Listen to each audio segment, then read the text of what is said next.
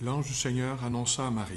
Et elle conçut du Saint-Esprit. Réjouis-toi Marie, comblée de grâce, le Seigneur est avec toi. Tu es bénie entre toutes les femmes, et Jésus, le fruit de tes entrailles, est béni. Sainte Marie, Mère de Dieu, priez pour nous pécheurs, maintenant et à l'heure de notre mort. Amen.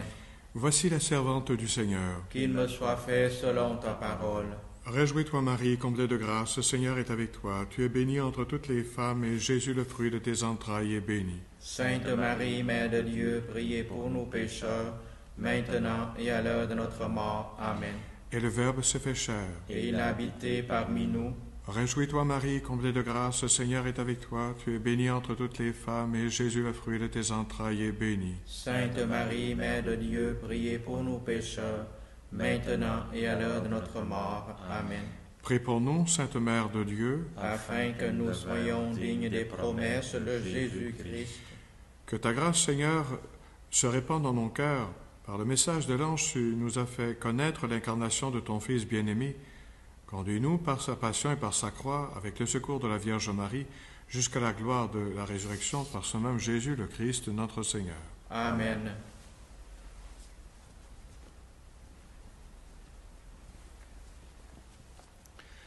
Au nom du Père, du Fils et du Saint-Esprit. Amen. En ce deuxième jour de la neuvaine de prière à Notre-Dame du Perpétuel Secours, nous débutons par cette prière. Ô Marie, Mère de Jésus et notre Mère, Notre-Dame du Perpétuel Secours, je veux pendant 9 jours te regarder attentivement pour découvrir sur ton image les principaux symboles, les enseignements, les signes mystérieux que le peintre inspiré a voulu mettre dans son œuvre. Et non seulement ceux que je lirai dans ces pages, mais encore ceux que toi-même tu m'enseigneras sur ton Fils et sur notre Dieu, qui est Père et Mère, plein d'amour. Aide-moi à suivre fidèlement ton Fils Jésus. Ranime en mon esprit et en mon cœur la foi, l'espérance et l'amour, avec lequel tu désires qu'on te regarde et t'invoque, afin de raviver une confiance illimitée en ton secours. Amen.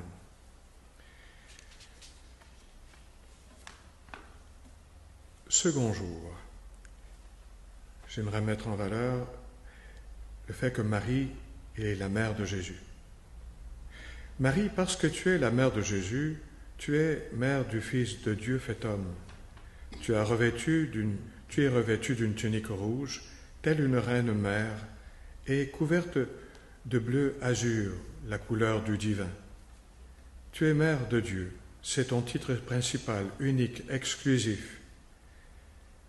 L'archange Gabriel nous transporte à Nazareth. C'est là qu'il descendit dans l'une des 50 pauvres maisons du village pour venir à la rencontre de la Vierge Marie, avec cette salutation. « Réjouis-toi, comblé de grâce ». C'est là que s'accomplit l'incarnation. Le Fils de Dieu, par l'opération du Saint-Esprit, se fit notre frère, assumant dans ton sein notre nature humaine. À Nazareth, Jésus grandit dans une ambiance de simplicité et de travail avec Joseph le charpentier. Et toi, Marie, tu lui enseignais les psaumes et les prières d'Israël, les prières de ton peuple.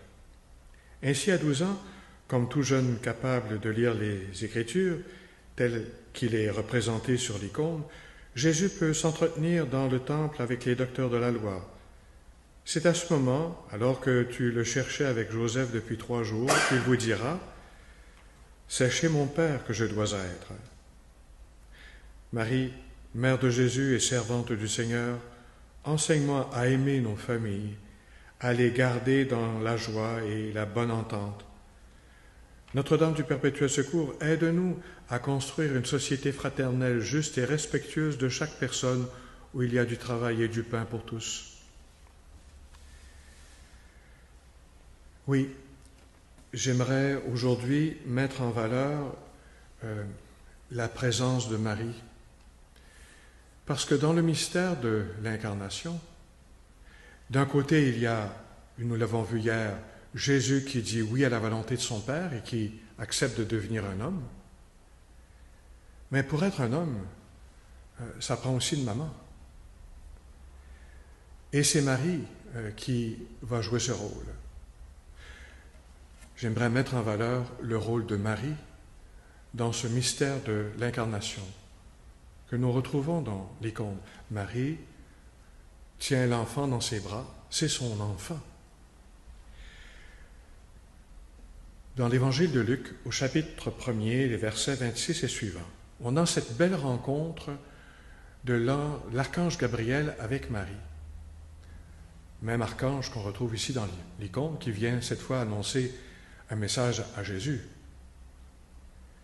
Marie, par son oui, va en quelque sorte permettre que le mystère se réalise. De même que Jésus, lui, de condition divine, comme nous dit le cantique dans les épîtres pauliniennes, ne retint pas le rang qu'il égalait à Dieu, il accepta de devenir un homme. De même, Marie va dire oui à la volonté de Dieu. Examinons à nouveau ce texte. Le 6e mois, l'ange Gabriel fut envoyé par Dieu dans une ville de Galilée appelée Nazareth, à une jeune fille vierge accordée en mariage à un homme de la maison de David, appelé Joseph. Et le nom de la jeune fille était Marie.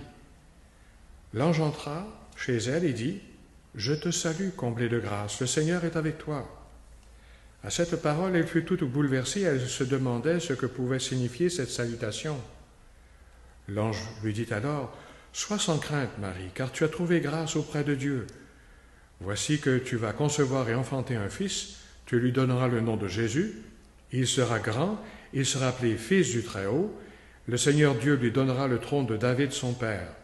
Il régnera pour toujours sur la maison de Jacob, et son règne n'aura pas de fin. » Marie dit alors « Comment cela va-t-il se faire puisque je ne connais pas d'homme ?»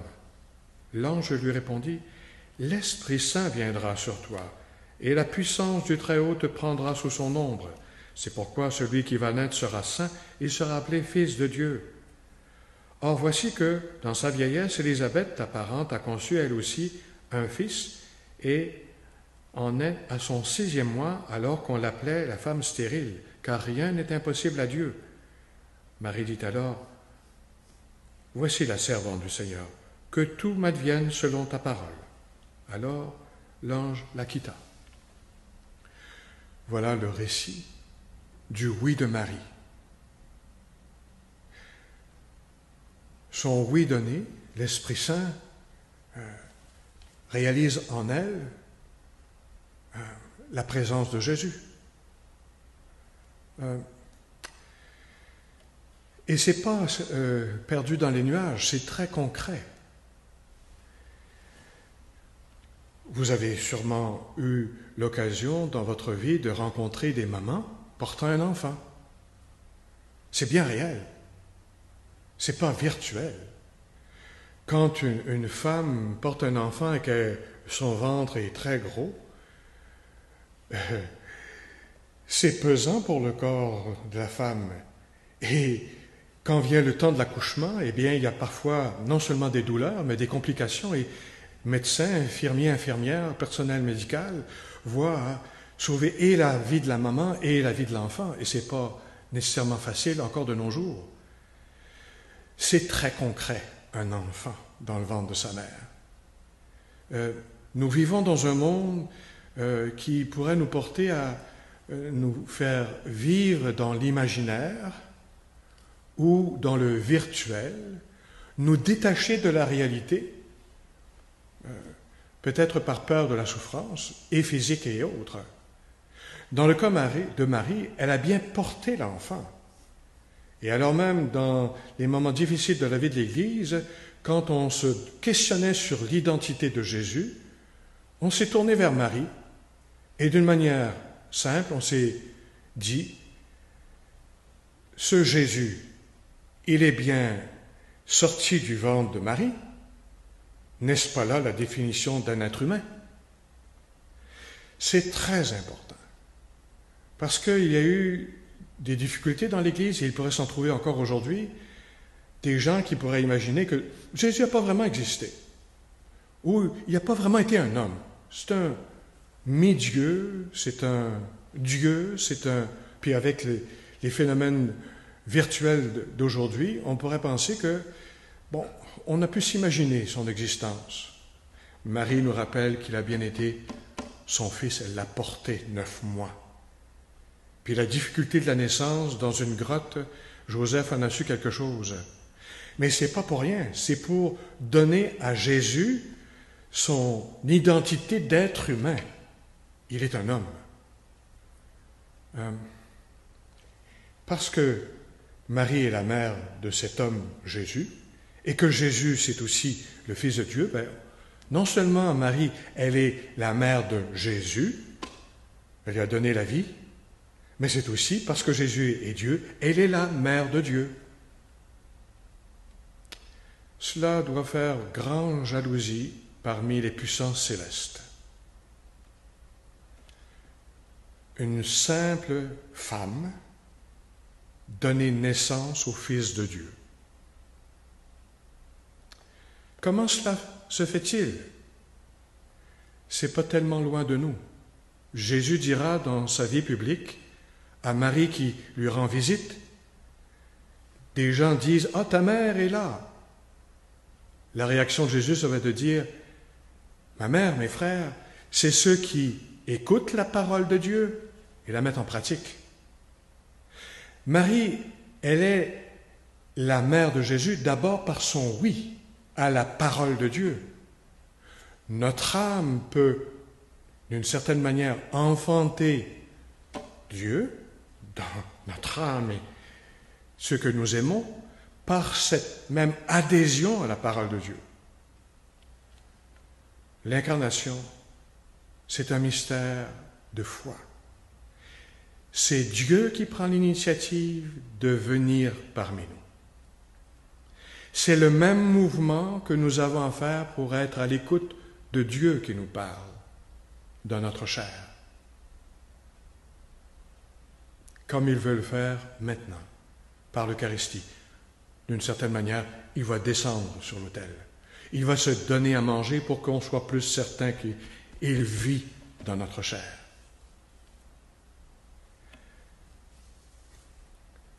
Concluons avec une prière à Marie, inspirée par Jean-Paul II. En ayant à l'esprit cette intention que nous voulons présenter à Marie, perpétuel secours.